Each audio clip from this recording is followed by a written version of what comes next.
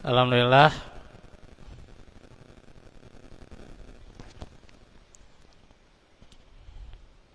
hamdan katsiran thayyiban mubarakan fih.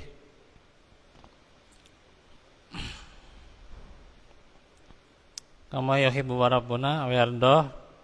Asyhadu an la ilaha illallah wahdahu la syarikalah wa asyhadu anna Muhammadan abduhu wa rasuluh alladzi la nabiyya ba'da. Alhamdulillah, ikhwatu fillah, di saat yang dingin ya dan turun hujan, kita bertemu di dalam majelis ilmu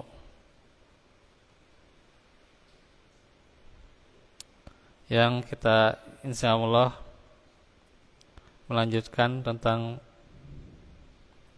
pelajaran akhlak, bagaimana bahayanya lidah. Kita lanjutkan dari ayat yang ke-6,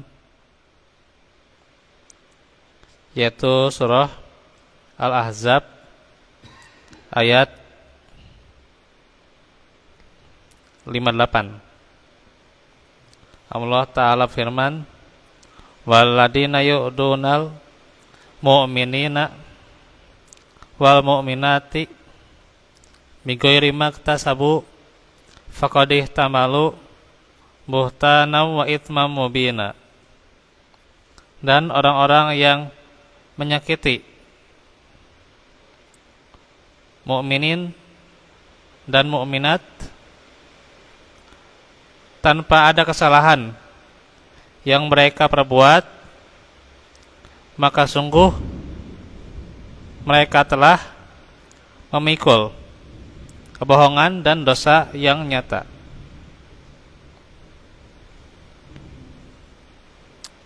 Ayat ini menjelaskan bahwa betapa bahayanya seseorang menyakiti kaum mukminin, ya, baik laki-laki maupun perempuan.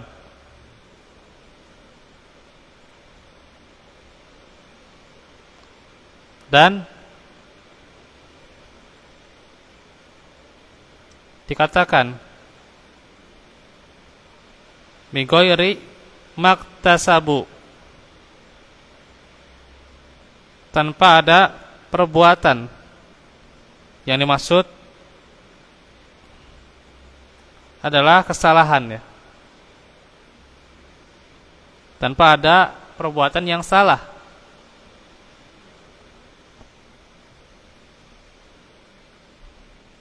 Jadi orang tidak salah apa-apa gitu ya, disakiti gitu, maka diterangkan faqad ihtamalu buhtanan, maka sungguh mereka telah memikul kebohongan, wa itsman mubina, dan dosa yang nyata.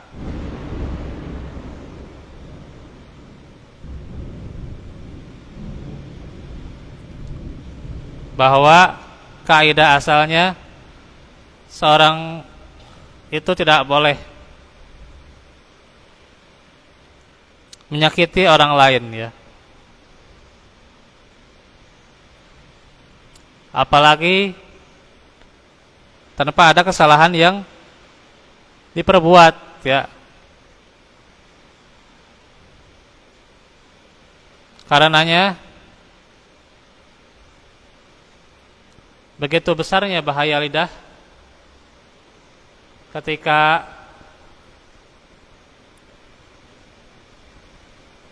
hal itu keluar, dilontarkan oleh kita, kemudian menyakiti orang lain, betapa beratnya dosa yang ditanggung. Sampai dikatakan memikul apa? Kebohongan. Dan dosanya nyata ya. Maka di sini diterangkan betapa bahayanya lidah. Kemudian surah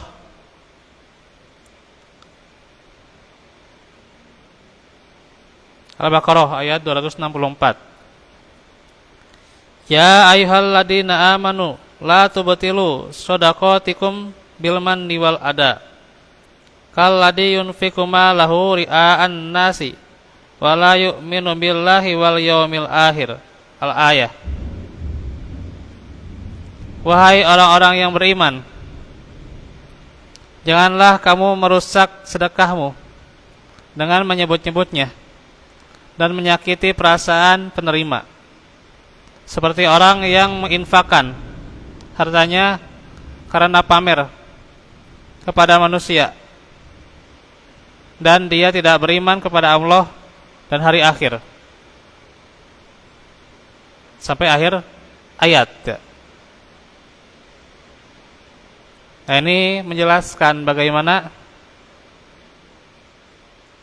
jangan sampai sedekah itu dirusak. Dengan apa?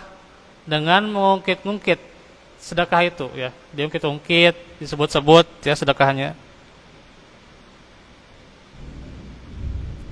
Atau menyakiti perasaan si penerima gitu ya. Engkau bersedekah tapi sambil menyakiti perasaan si penerima, nah, itu tidak boleh ya. Maka rusak sedekahnya ya. Seperti orang yang menginfakkan karena apa? Karena riya, pamer kepada manusia, dan tidak beriman kepada Allah dan hari akhir. Artinya sedekahnya itu tidak memperoleh apa-apa ya. Karena apa? Karena sudah menyakiti dengan lisannya.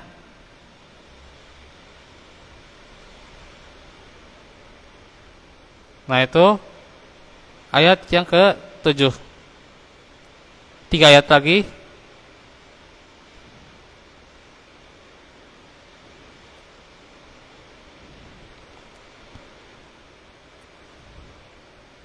Sudah diterangkan ya sebelumnya.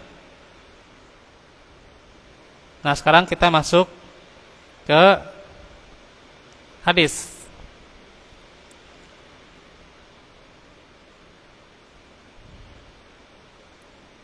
Paling hari ini sampai 3 saja ya hadisnya.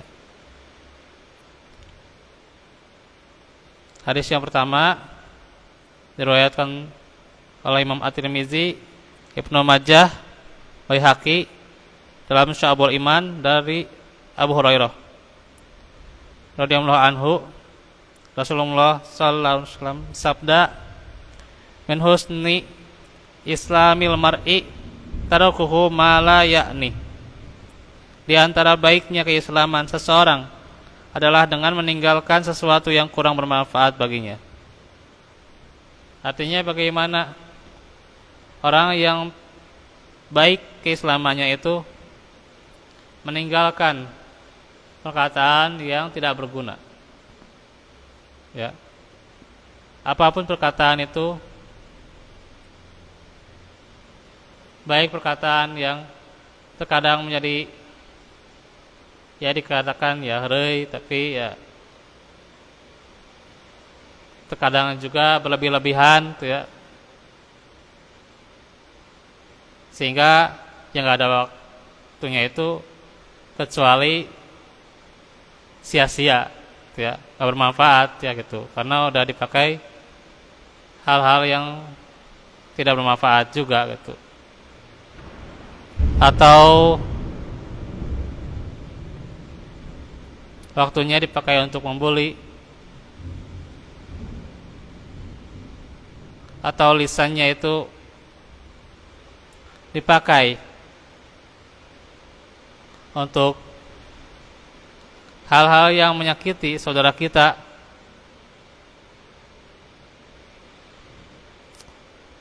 Sehingga apapun perkataannya, ketika perkataan itu adalah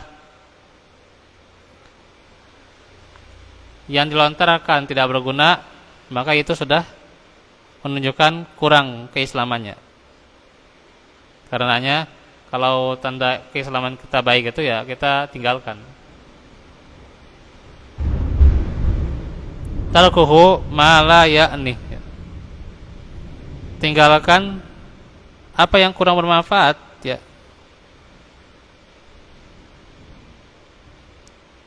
Dan Rasulullah sallallahu alaihi wasallam bersabda, tuba liman amila bi ilmihi wa anfaqal fadla min malihi wa amsakal fadla min qaulihi. Alangkah bahagianya orang yang mengamalkan ya. Alangkah bahagianya orang yang mengamalkan ilmunya, menginfakkan kelebihan hartanya dan menahan kelebihan ucapannya. Insyaallah. Agak petir ya.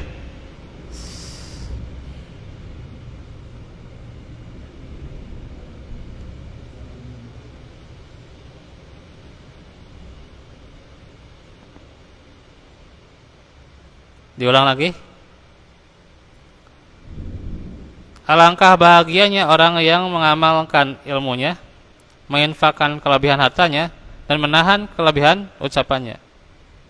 Beruntung karena dia membersihkan dirinya, membersihkan jiwanya dengan lisannya yang baik, dengan lisannya yang terjaga. Itulah sebab seseorang meraih kebaikan, kebahagiaan, bisa mengajarkan ilmu ya, mengamalkan ilmu, menginfakkan harta dan menahan ucapannya. Karena terkadang ya, dari ucapan ini sulit untuk ditahan ya. Kadang mudahnya kita nyerocos ya gitu. Ya, terhadap sikap orang mudah kita nyerocos ya. Apalagi tentunya para wanita ini harus hati-hati ya. Harus hati-hati ketika salah menilai ucapan itu ya. Kemudian nyerocos ya, hati-hati ini. Suka ada itu ya. Iya.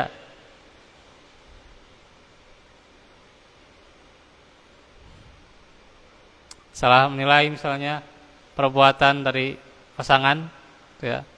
Ya terkadang nyerocos gimana gitu ya. Hati-hati ya. Nyerocos jadi asal-asalan ceplas-plos lah gitu. Ya. Ya maksudnya kan ini mah nyerocosnya yang menyakiti hati gitu. Iya gitu maksudnya. Iya, soalnya menegur atau ya dengan kata-kata yang menyakitkan gitu. Ini harus hati-hati ya gitu.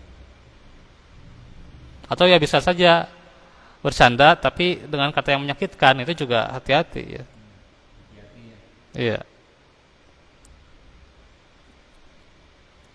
Karena itu kita harus benar-benar menjaga lisan kita. Iya. Iya.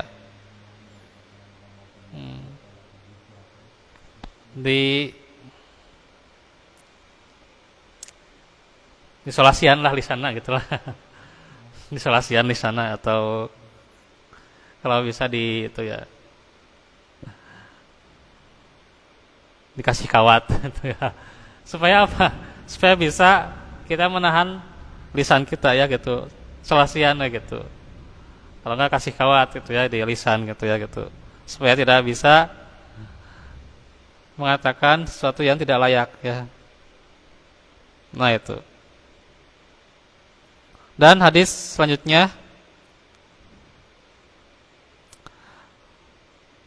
la tasubbul amwata fatu'dul ahya'a. Itu kata Nabi, janganlah kamu mencaci maki orang-orang yang telah meninggal, karena dengan begitu kamu akan menyakiti orang-orang yang masih hidup. Hadis riwayat Ahmad, At-Tirmidzi, At-Tabrani dari sahabat Mughirah bin Syu'bah. Ini dalam kitab Mu'jamul Kabir. Jadi tidak boleh ya. Tidak boleh seseorang ya mencaci maki ya. Mencaci maki orang yang meninggal, karena pasti menyakiti orang yang dicintainya ya. Menyakiti keluarganya gitu. Iya. Karenanya mencaci maki orang yang meninggal ini termasuk dosa besar ya. Iya. Karenanya kita harus jaga lisan kita ya. Walaupun ada kesalahan, ada hal yang nyepet dari orang yang misalnya sudah meninggal tuh ya gitu. Ini jangan kita ceritakan tuh ya gitu. Kita lebih baik maafkan saja gitu. Maafkan, kita bersihkan. Bersihkan ia dari beban-beban dosa ketika masih hidupnya ya gitu. Dengan apa? Dengan memaafkan ya gitu. Karenanya kan suka diingatkan ya, kalau ada kesalahan agar suka kita memaafkan ya gitu. Apalagi kalau sudah meninggal tuh ya. Ketika kita berat untuk memaafkan ya, kesalahan itu bisa jadi penyebab ya, jadi nantinya khawatir siksaan di alam barzakh tuh ya. Karenanya kita maafkan saja tuh ya. Tidak perlu menceritakan. Ya.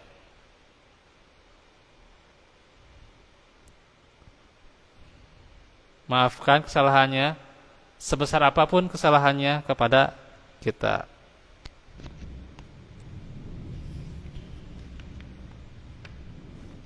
Baik, mungkin sampai itu dulu hadisnya. Nanti kita akan terangkan juga hadis selanjutnya di pertemuan berikutnya tentang bahaya lisan ya. Ya. Karenanya kita jaga lisan kita, tidak berkata kecuali yang baik-baik saja ya, yang bermanfaat, yang merupakan nasihat, termasuk juga dakwah ya gitu.